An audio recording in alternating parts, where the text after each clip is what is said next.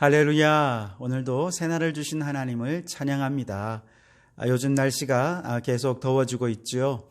날씨는 더워지지만 우리 성도들은 우리의 주인 되신 하나님의 마음을 시원케 하는 주의 종들이 되기를 바랍니다. 오늘도 주님의 말씀과 함께 또 주님과 함께 동행하면서 우리 주님의 마음을 기쁘게 하시고 시원하게 해드리는 우리 성도들이 되시기를 간절히 바랍니다.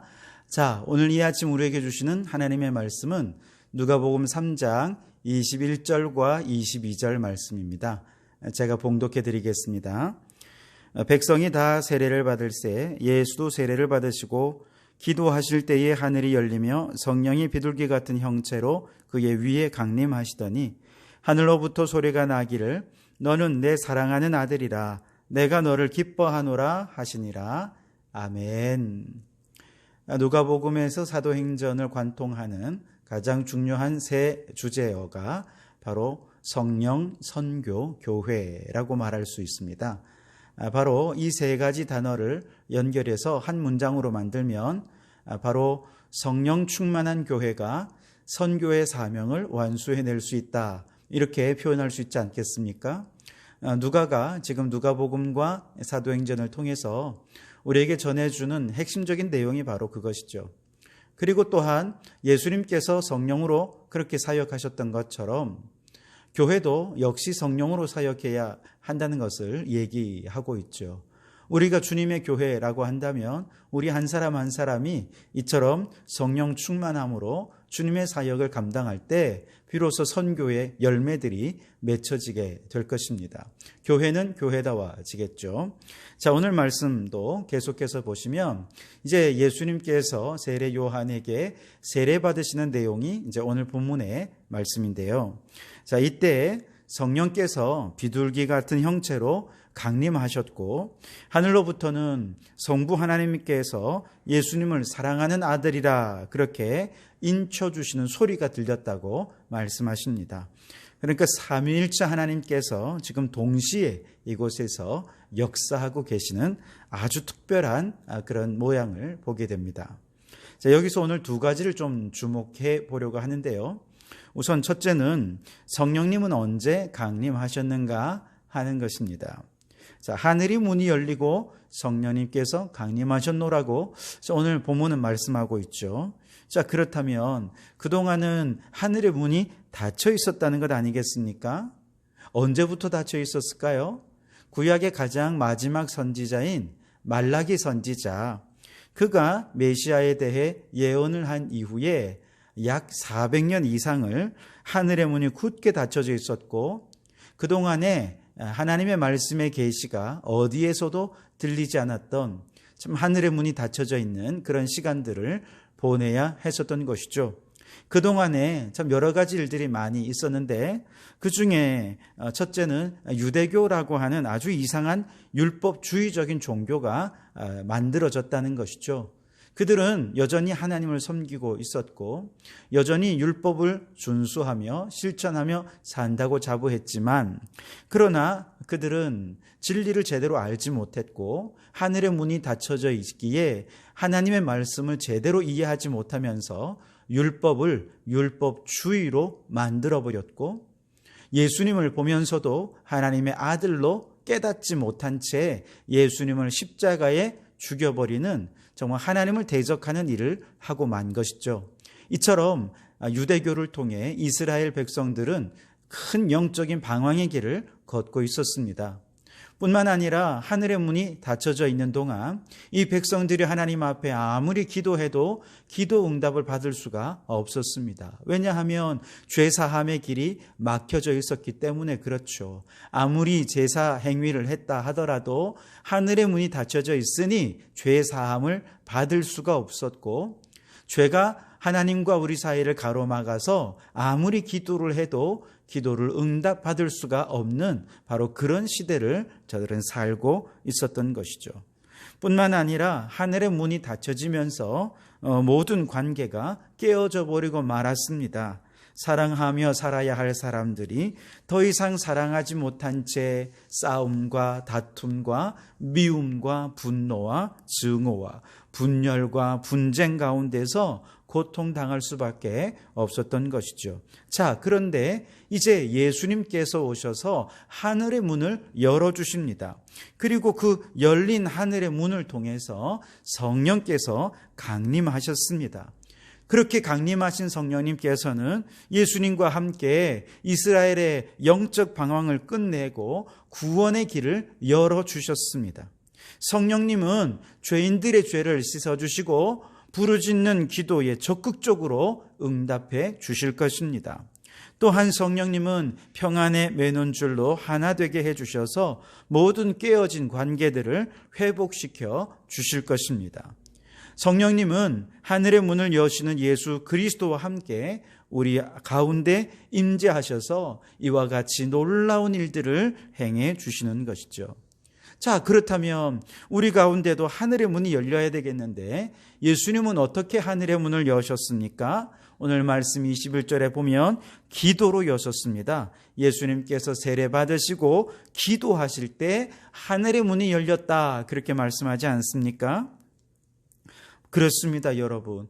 우리가 정말 아무리 기도해도 기도에 응답이 없습니까? 많은 분들이 기도에 좌절하고 실망하면서 기도 자체를 아예 포기해버리고 기도의 문을 막아버리는 그런 사람들이 참 많습니다만, 아니에요, 여러분. 아무리 기도가 응답되지 않는다 하더라도 정말 우리가 하나님이 뜻하시고 하나님이 하늘의 문을 열어주시면 반드시 기도가 응답하실 거야 라고 하는 믿음으로 기도의 문을 닫지 않는다면 우리는 그 기도를 통해서 하늘의 문을 열 수가 있다는 것이죠. 여러분, 다니엘 6장을 한번 잘 보십시오. 다니엘은 자신을 모함하는 사람들이 이제 다니엘을 사자굴에 넣기 위해서 왕의 조소를 받았다는 것을 이미 알고 있었습니다. 그럼에도 불구하고 그는 기도의 문을 결코 닫지 않았습니다. 오히려 그 한 번의 기도를 위해서, 그 하루의 기도를 위해서 그는 자신의 생명을 내어놓았죠. 그렇게 기도의 문을 닫지 않으니까 그 기도를 통해서 하나님께서 천사를 보내어 주셔서 사자들의 입을 막아주시고 오히려 그를 모함한 자들을 사자굴에 넣게 되고 다니엘의 승리로 끝나게 되지 않습니까? 그렇습니다. 우리가 믿음으로 기도하면 반드시 하늘의 문이 열려지게 되어질 줄 믿습니다. 그리고 하늘의 문이 열릴 때 성령께서 바로 임재해 주시는 것이죠. 그리고 성령께서 임하실 때 방황하던 영적인 문이 열려져서 구원의 길로 나아가게 되고요. 하늘의 문이 열릴 때 기도 응답의 문도 열리고 꼬여져 있는 모든 관계들이 회복되는 역사가 일어나게 되어질 것입니다.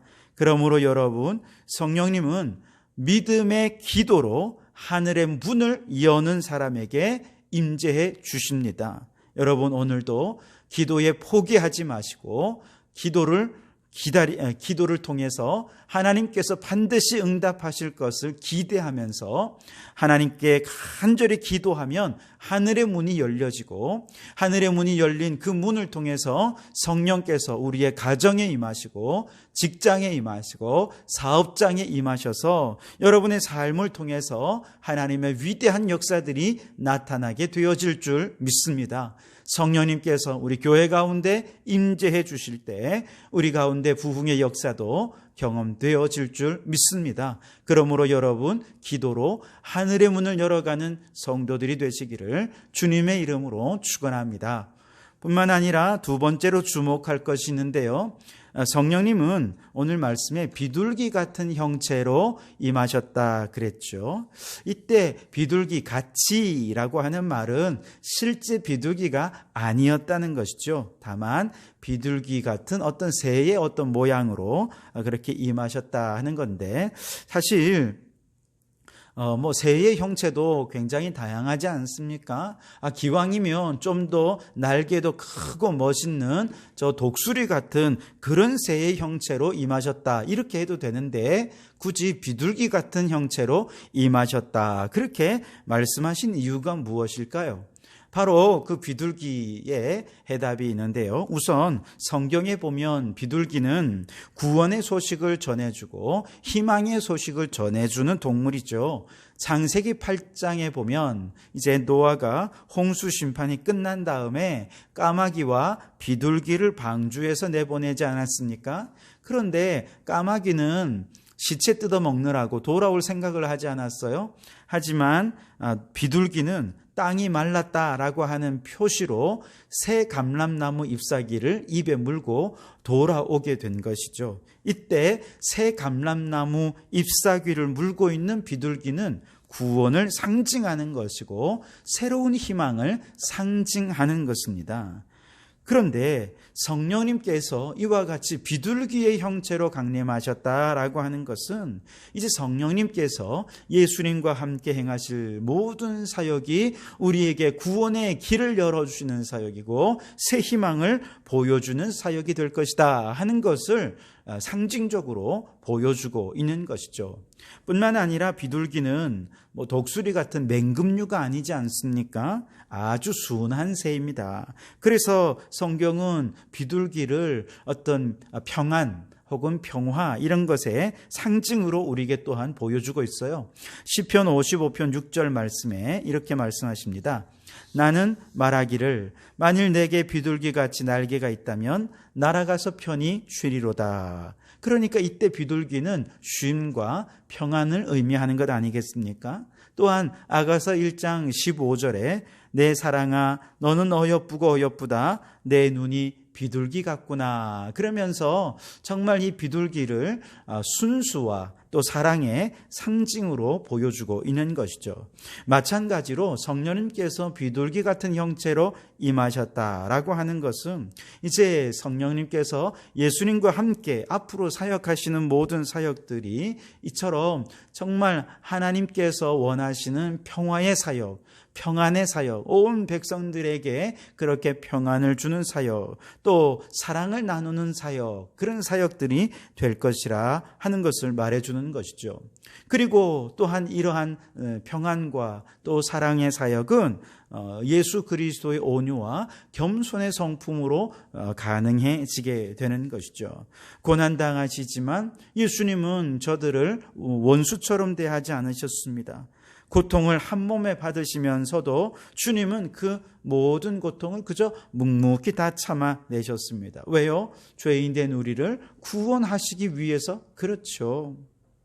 예수님께서 고초당하심으로 우리가 죄에서 해방될 수 있음을 아셨기에 예수님은 정말 비둘기같이 겸손하게 온유하게 그렇게 사역을 감당하시면서 우리에게 하늘의 평안을, 하늘의 쉼을 우리에게 허락해 주신 것이죠.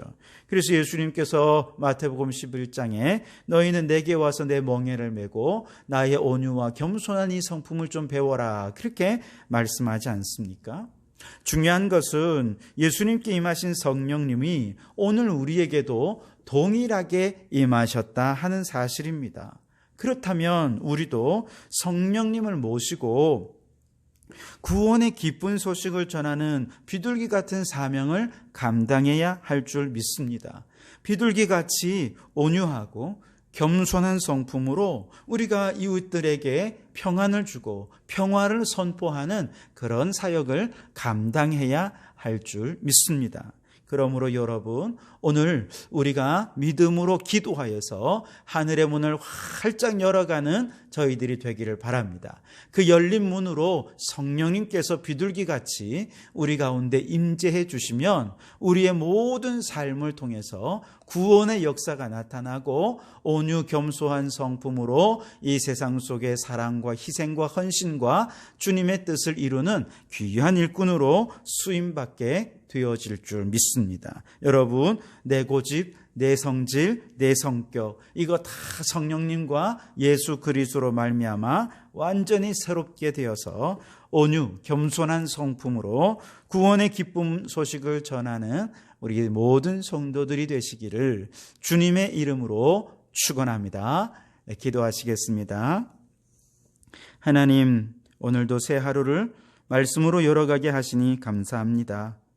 반드시 응답하리라는 믿음으로 기도의 문을 닫지 않으면 하늘의 문이 열리고 성령님이 임하셔서 기도 응답의 축복을 주신다 약속하셨으니 우리는 결코 기도의 문을 닫지 않게 해 주시옵소서.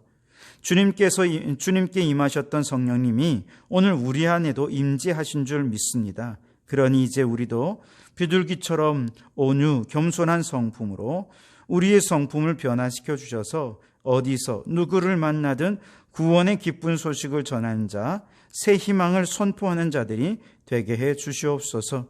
오늘도 만나는 모든 사람들에게 기쁨과 희망의 바이러스를 전하는 이 하루가 될 수 있게 해 주실 줄 믿고 예수님 이름으로 기도하옵나이다.